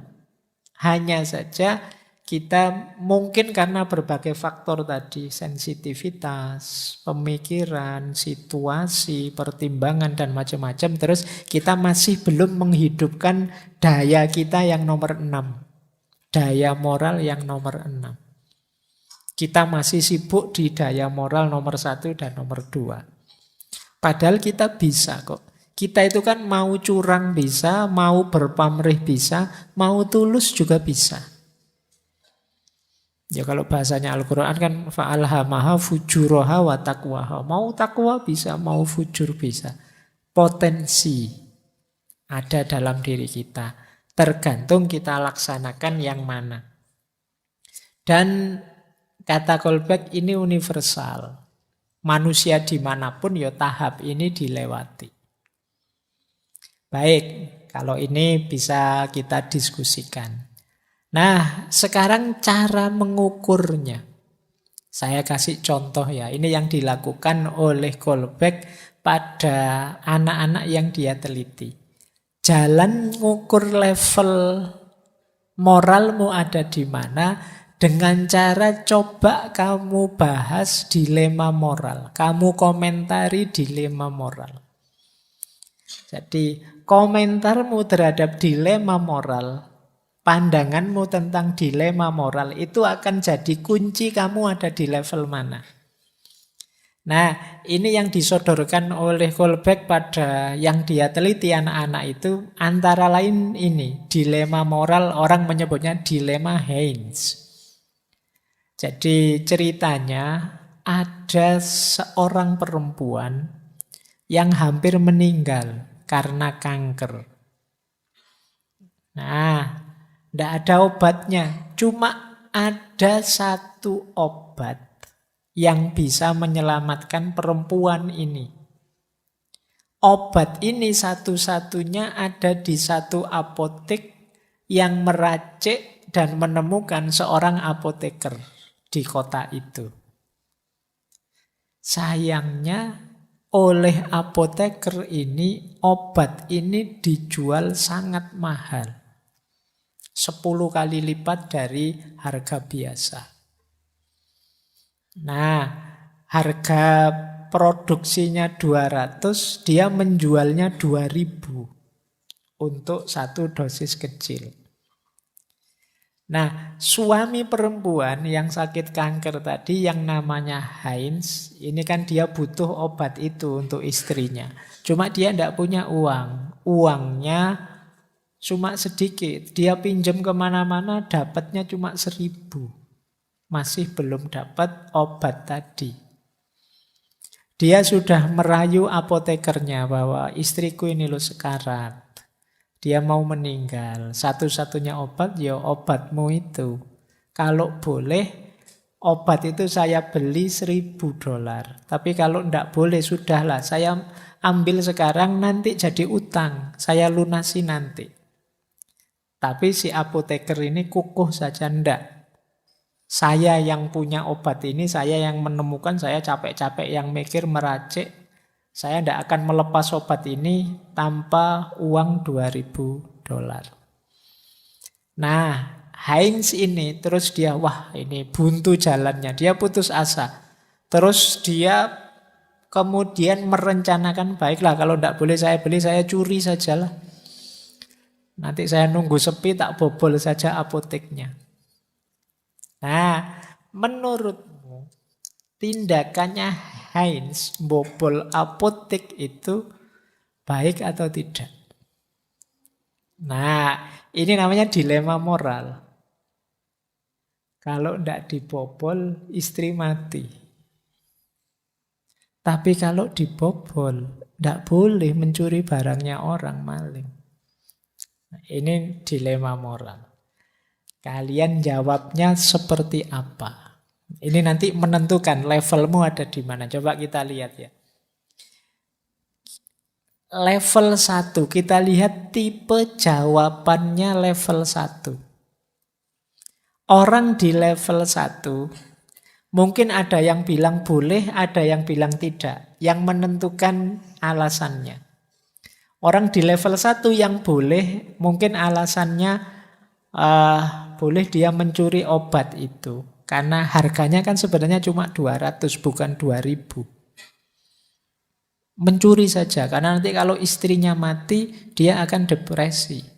Kalau istrinya meninggal, dia stres. Biarlah, tidak apa-apa. Orang level 1 kan menghindari sakit dan menghindari kesengsaraan. Nah, nanti kalau istrinya meninggal kan susah aku. Jadi mencuri saja, tidak apa-apa, nanti tobat. Kalau sudah istrinya sembuh. Nah, itu yang alasannya boleh. Jadi kalau ada yang membolehkan dengan alasan ini, biar kamu tidak depresi. Depresi itu susah loh. Ini level 1 berarti. Atau tidak membolehkan. Tidak membolehkan alasannya, kamu jangan nyuri, nanti kamu susah juga. Kalau ketahuan, mungkin kamu tertangkap. Sekarang CCTV banyak di mana-mana. Nanti kamu malah dipenjara. Dipenjara susah loh. Jadi kalau ada yang jawab, jangan mencuri, nanti kamu dipenjara. Itu berarti dia level 1. Pertimbangannya menghindari rasa sakit. Menghindari kesulitan. Nah, level 2 sekarang. Level 2 tadi mencari keuntungan. Level 2 yang membolehkan argumennya, silahkan saja kamu curi obat itu. Istrimu membutuhkan itu. Apotekernya ndak rugi. Ndak apa-apa, nanti kamu bayar lagi. Akhirnya kan semuanya untung. Kamu untung ya apotekernya dapat ganti. Tidak apa-apa, curi saja dulu. Tidak masalah. Toh kamu ingin bayar kan nantinya kamu anggap utang. Alasan pertama. Berarti mencari mikir keuntunganmu saja. Alasan kedua mungkin tidak boleh. Tidak boleh, jangan mencuri. Karena kalau kamu mencuri, mungkin saja kamu tertangkap. Kamu kan terus tidak untung. Atau istrimu itu kan sudah terminal penyakitnya. Kemungkinan istrimu meninggal sebelum kamu keluar dari penjara. Tidak ada gunanya juga. Dan jangan mencuri, tidak boleh. Kenapa? Loh, apoteker itu tidak salah. Dia yang punya kuasa atas harga. Jadi, kalau alasan-alasan ini yang diajukan berarti ada di level 2. Jadi baik boleh atau tidak boleh. Sekarang kita lihat yang level 3 dan level 4. Kalau yang level 3 itu kan tadi menyesuaikan keinginan orang lain di kelompok kita, circle kita, masyarakat kita. Yang boleh mencuri. Orang di level 3 ini membolehkan mencuri. Alasannya apa loh? Masyarakat kita itu seneng loh kalau ada suami rela berkorban untuk istrinya. Jadi kalau ada suami punya prinsip, ndak apa-apa sudah, aku di penjara, aku susah, ndak apa-apa asal istriku sembuh. Itu kan kalau viral itu kan masyarakat mesti belo laki-laki ini. Tidak usah khawatir wis. Nanti kamu viral, tenang aja, dibela orang se-Indonesia wis. Ini sebenarnya moralitas level 3. Jadi pertimbangan perbuatanmu itu mencocokkan dengan selera masyarakat, keinginannya masyarakat. Tapi boleh juga tidak. Yo ingin menyesuaikan selera masyarakat, tapi tidak milih yang mencuri. Kenapa? Kalau nanti kamu mencuri, jadi aib di keluargamu, di masyarakatmu untuk seterusnya. Jadi kalau kamu cerdas ya, boleh kamu pertimbangkan ya. Seandainya kamu tidak bisa membeli obat itu karena apotekernya dimahalkan, terus istrimu meninggal, kamu tidak akan ada yang menyalahkan. Bukan salahmu, kamu sudah berusaha maksimal, tidak diberi. Masyarakat tetap setuju padamu. Tapi kalau kamu mencuri, nama baikmu jatuh. Kamu punya cacat sekarang. Biar saja kamu tidak usah beli, juga tidak usah nyuri. Ya kalau istrimu meninggal, ya takdirnya. Tapi sekarang kalau kamu tidak nyuri dan istrimu meninggal, nanti kalau viral, apoteker ini habis diserang netizen se-Indonesia. Nah, ini level 3. Level 4 yang dasarnya hukum. Level 4 tadi kan aturan dan hukum. Boleh curi saja obat itu. Karena kalau engkau tidak melakukan apa-apa, engkau akan merasa bersalah. Dan apoteker itu kalau dibiarkan saja, dia jadi presiden buruk. Lama-lama orang nyari keuntungannya sendiri dan masyarakat akan hancur. Kalau semua orang perilakunya begitu. Jadi ini level tertib sosial tadi. Berarti apa? Yo biar masyarakat tertib yo, apoteker itu harus merasakan punishment-nya. Curi saja tidak apa-apa. Cuma yang tidak boleh alasannya ya jangan mencuri. Betapapun mencuri itu salah, secara hukum keliru. Kalau orang kemudian dibiarkan menghakimi sendiri, memutuskan sendiri, tanpa peduli dengan hukum, ya tatanan akan rusak.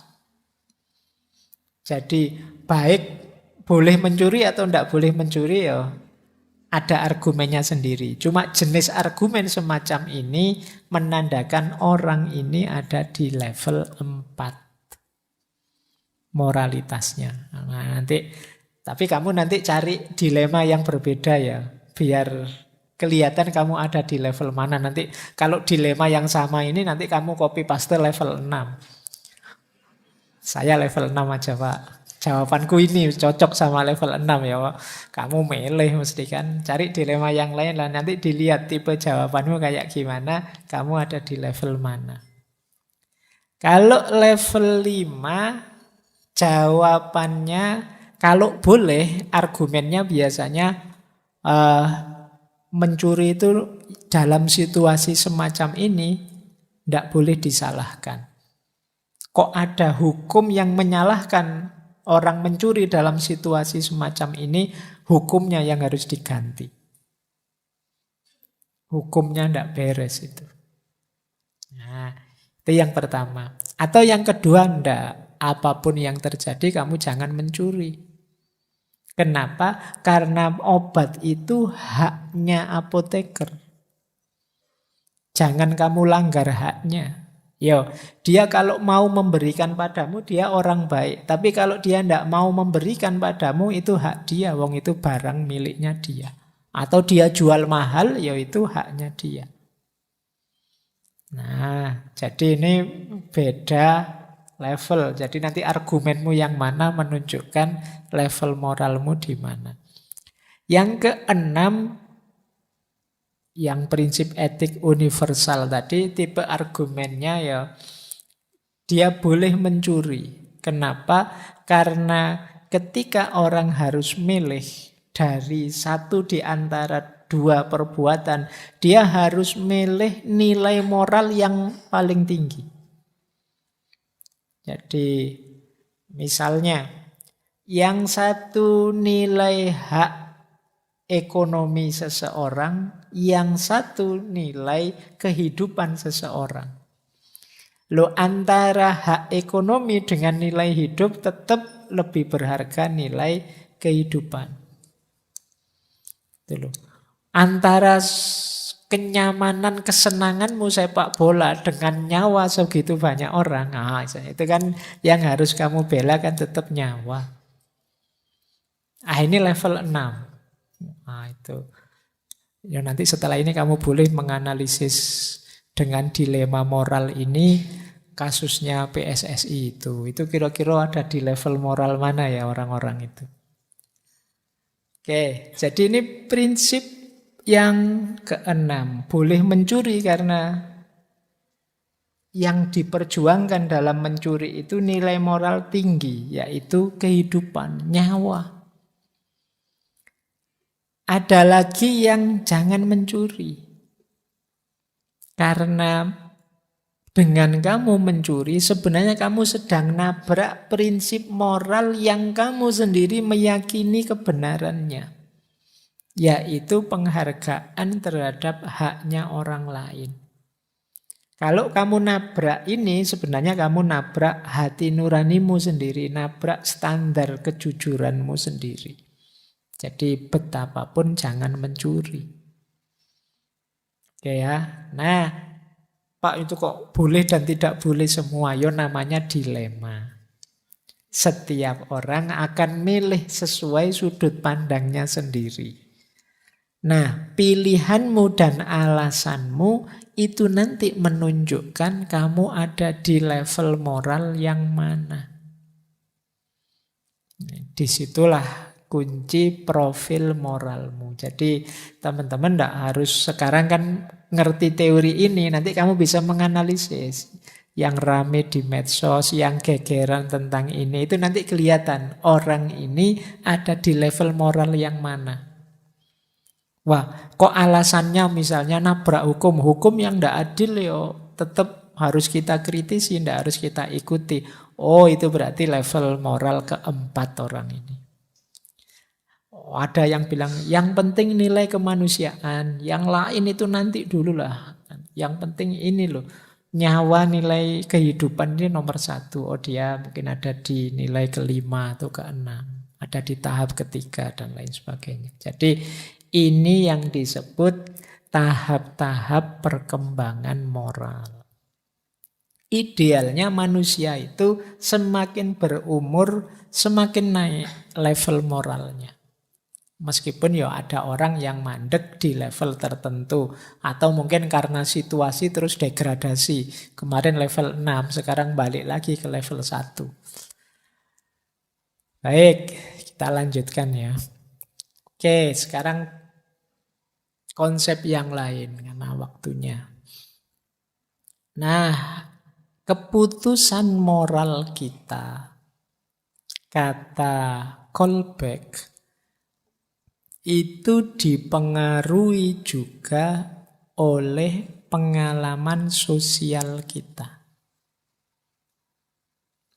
Jadi, apa saja pengalaman sosial yang mempengaruhi keputusan moral? Yang pertama, kemampuan dan kesempatan alih peran. Jadi, ini mempengaruhi cara berpikir moral. Alih peran itu ya mungkin mudahnya pakai istilah empati. Kemampuanmu memposisikan dirimu di posisinya orang lain. Seandainya aku dia, apa yang aku rasakan, apa yang aku putuskan. Nah, ini kemampuan alih peran. Dalam hidup kita sering didorong untuk melakukan ini. Jadi, aku mau mengomentari orang itu sih, tapi seandainya aku di posisinya, kira-kira apa yang harus aku putuskan? Karena kadang-kadang kita itu ngejudge orang tanpa melihat dia sedang di posisi apa, dalam situasi apa. Nah, kalau ingin semakin mateng keputusan moral kita, latihanlah berempati, latihan beralih peran. Jangan hanya kukuh di sudut pandangmu sendiri. Jadi, misalnya kalian ngeritik tokoh siapa atau orang yang ngalami apa. Seandainya aku artis itu, setelah dipukuli habis-habisan misalnya, apa yang aku lakukan? Ini namanya alih peran dengan segala konsekuensi pertimbangannya. Nah, jadi kalian tidak sekedar ngejudge, tidak sekedar maki-maki, tidak sekedar setuju atau tidak setuju, tapi kamu bisa menghayati posisi yang sedang dia ada sekarang. Ini namanya kemampuan alih peran. Kemudian yang kedua, moralitas, keputusan moral kita semakin matang kalau kita bisa mengatasi konflik sosial kognitif. Jadi konflik sosial kognitif itu, saya punya pandangan A, lah kok teman saya punya pandangan B. Saya pinginnya orang ini sudahlah dicuri saja itu obat itu. Lah kok teman saya bilang jangan mencuri itu jelek, cari jalan lain sajalah. Nah, ini kan kita beda keputusannya. Ini namanya konflik. Keputusan moral, konflik, pertimbangan moral. Mungkin pertimbangannya beda-beda. Nah, pengalaman-pengalaman konflik semacam ini membuat nalar moral kita tambah matang. Berarti apa? Di situ terbuka kesempatan kita untuk meluaskan wawasan. Jadi, berarti memang ada sih orang yang pendapatnya begitu dengan pertimbangan yang berbeda dari pertimbangan yang saya ambil. Nah, semakin kita terbuka dan menyadari konflik-konflik tadi, pantes. Ada yang berbeda karena melihatnya dari sudut pandang yang berbeda sih. Ini akan jadi pembelajaran kita dalam membuat keputusan-keputusan moral yang lebih matang. Kemudian yang ketiga tentu saja iklim moral di sekeliling kita. Ini juga mempengaruhi. Kalau kita punya circle orang-orang yang abai secara moral, ya tentu saja sedikit banyak akan mempengaruhi kita. Tapi kalau circle kita orang yang sangat peduli, misalnya sangat kaku, sangat ketat secara moral, itu pun akan mempengaruhi kita. Maka pinter-pinterlah milih circle-mu.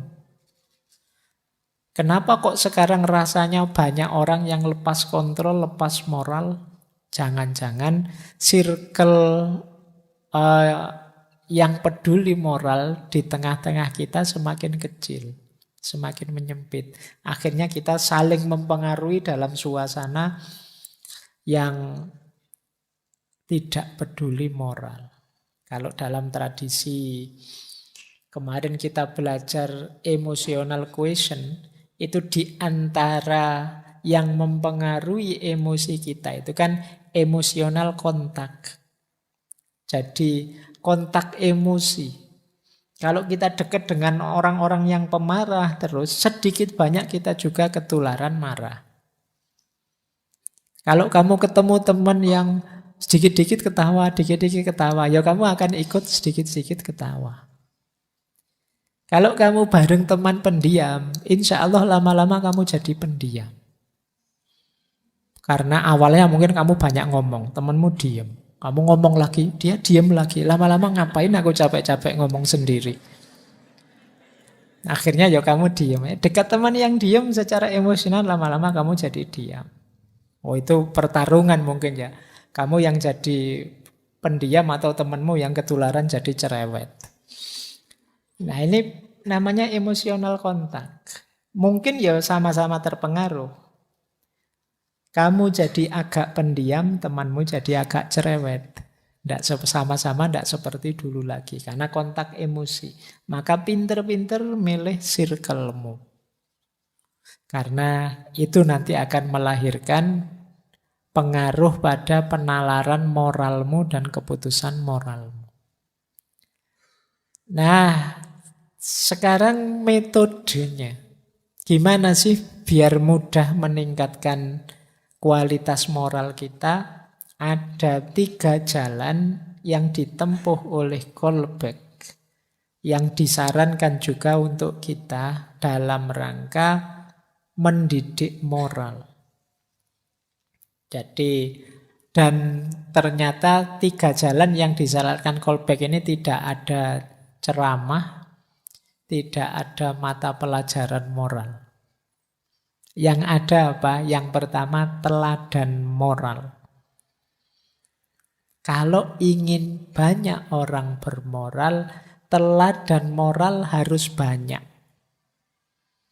Rujukan moral harus banyak. Semakin sedikit rujukan, semakin sedikit teladan, semakin sulit kita mengembangkan perilaku moral. Apalagi anak-anak kita.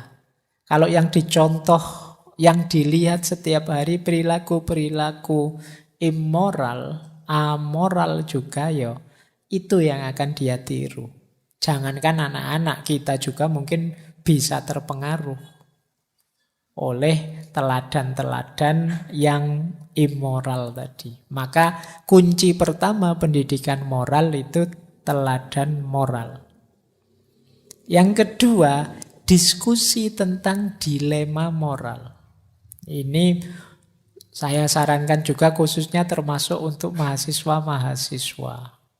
Tadi kan contoh itu bagaimana membahas dilema moral dengan segala perspektifnya di banyak level. Ayo sekali-sekali kalian latihan. Ada banyak kan dilema moral itu. Sering saya sebut hidup itu yang sulit itu bukan ketika ketemu antara yang baik dengan yang buruk. Ini tidak sulit, tinggal dipilih yang baik selesai. Yang sulit itu ini sama-sama baik. Itu kan dilema. Kalau dalam cerita etik itu kan sering dicontohkan, misalnya kalau tiba-tiba kalian mendapat ketemu orang yang nitip harta banyak sekali padamu. Misalnya kamu di tengah jalan ketemu orang kecelakaan, sebelum meninggal dia pesen, "Nak, saya itu uangku triliunan. Tolong nanti ya uangku ini semuanya tolong investasikan untuk membangun PSS Sleman misalnya." Nah, karena di hadapan orang yang mau meninggal terus kamu janji, "Siap, enggak apa-apa, Bapak tenang saja, meninggallah dengan tenang." Lumayan, triliunan. Nah, begitu kamu pegang benar uang itu, kan nanti kemungkinan muncul dilema. Mas, wah uang sebesar ini, mosok semuanya tak taruh diinvestasikan untuk sepak bola. Banyak loh fakir miskin, yatim piatu, anak. Ini yang perlu dibantu juga. Di sana ada bencana alam yang perlu uang juga. Mosok tak investkan untuk sepak bola semua. Apa sebagian mungkin apa saya kasih ke sana saja ya sebagian ke sini. Tapi kalau sebagian saya kasih ke sana, namanya saya ndak amanah. Wong tadi saya sudah janji semuanya untuk bola. Oh ini namanya dilema moral. Ke sini ya bener, ke situ ya bener. Dengan berbagai pertimbangannya. Nah, sering-sering latihan ini. Karena hidup itu tidak sesederhana bayanganmu hitam putih, satu baik, satu buruk. Selalu ada yang ini tadi. Ini sama-sama putihnya kok. Cuma mana yang kamu pilih? Pertimbangan apa yang kamu ambil? Nah, ini butuh kecerdasan moral. Baik, yang ketiga kalau ini dibikin benar oleh Kolbeck, namanya sekolah komunitas keadilan. Jadi Kolbeck bikin sekolahan, bikin komunitas yang di situ diterjemahkan secara nyata prinsip-prinsip moral. Kalau misalnya kita berprinsip keadilan, kesetaraan, ya di sekolah itu diterapkan gaya adil dan setara secara langsung. Pokoknya dipraktekkan semua. Kalau butuh kejujuran, di situ dihidupkan gaya hidup jujur. Jadi ini namanya sekolah komunitas keadilan. Begitu masuk ke sekolahan itu, nilai-nilai prinsip-prinsip moral tadi harus dihidupkan semua. Latihan namanya. Nah, ini proyeknya Kolbeck juga. Kalian boleh bikin circle-circle untuk kelompok kita. Mari kita hidupkan nilai-nilai moral 1, 2, 3, 4, 5 ini ya. Apapun yang terjadi jangan mengkhianati nilai-nilai ini. Misalnya. Dan kegiatan-kegiatan kita itu dalam rangka nilai-nilai ini tadi. Nah ini kalau di Kolbeck ya sekolah komunitas keadilan namanya. Oke, jadi kalau kita memimpikan ingin membangun moralitas bangsa, jalannya menumbuhkan, mendidikkan itu antara lain 3 ini. Teladan moral sebagai contoh, diskusi tentang dilema moral untuk menambah kematangan kecerdasan kita, membentuk kelompok-kelompok, circle-circle, wadah-wadah, organisasi, lembaga bersama yang di situ moralitas dihidupkan, ditanamkan, diajarkan bareng-bareng. Tidak sekedar diceramahkan atau dipidatokan. Tidak sekedar hafalan teori-teori moral. Saya sering melihat pendidikan moral itu hafalan teori-teori moral. Iri adalah bla bla bla bla bla. Sombong adalah bla bla bla. Nanti ujiannya juga begitu. Kalau begini definisinya sombong adalah bla bla bla bla gitu. Ya bagus secara kognitif. Tapi kan arahnya moral ini kan aksiologis, dunia aksi, dunia tindakan. Baik, waktunya sudah mau habis. Semoga sudah, alhamdulillah sudah sampai. Kalau sudah sampai quotes kan kalian bangun sudah kan? Sudah mau selesai berarti. Oke. Jadi kata Kolbeck, salah satu kalimatnya yang saya ambil yang menarik ini. Tampak jelas bahwa tahap-tahap moral terutama merupakan produk dari interaksi anak dengan orang lain.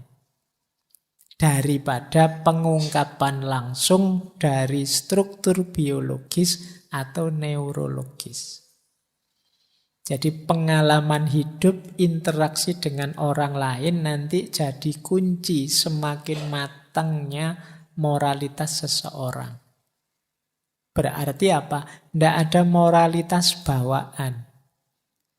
Pak, saya memang gennya itu jadi orang yang suka bikin hoax, Pak. Tidak ada.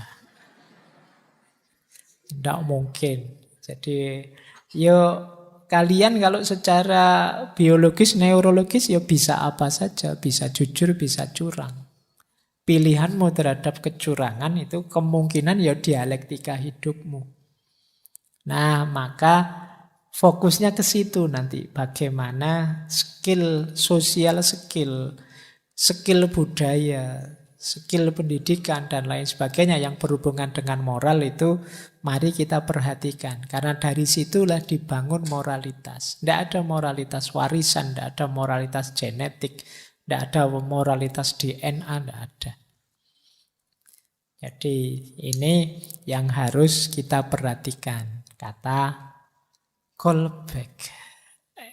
Yang kedua, kata dia, kecerdasan itu dapat dianggap penting, tetapi tidak cukup untuk mendorong perkembangan moral. Semua anak yang moralitasnya tinggi pasti cerdas. Tetapi tidak semua anak cerdas moralitasnya tinggi.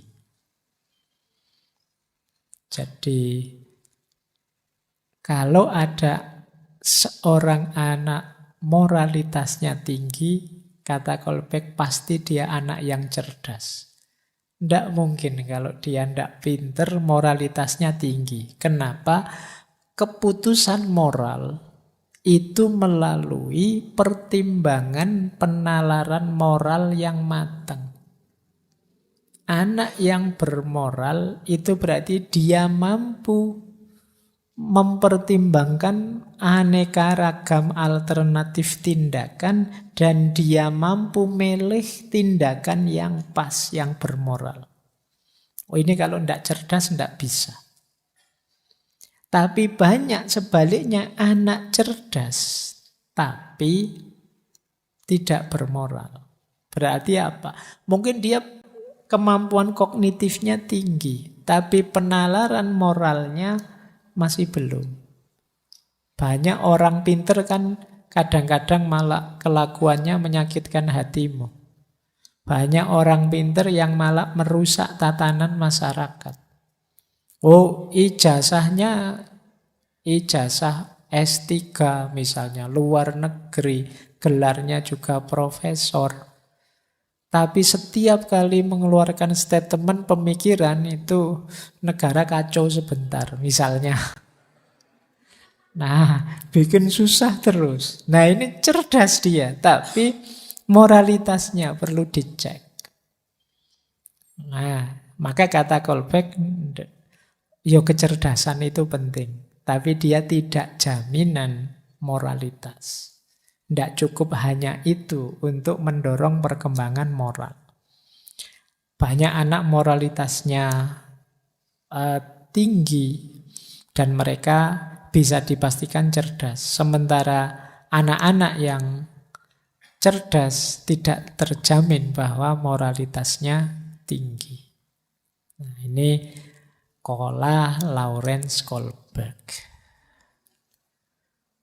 Baik. Saya kira itu ya teman-teman malam hari ini. Paling tidak kita sekarang tahu bahwa moralitas itu ada tahapan-tahapannya. Saatnya kita introspeksi diri, saatnya kita memperbaiki level moralitas kita demi kehidupan yang lebih baik, yang sebenarnya diidealkan oleh semua orang.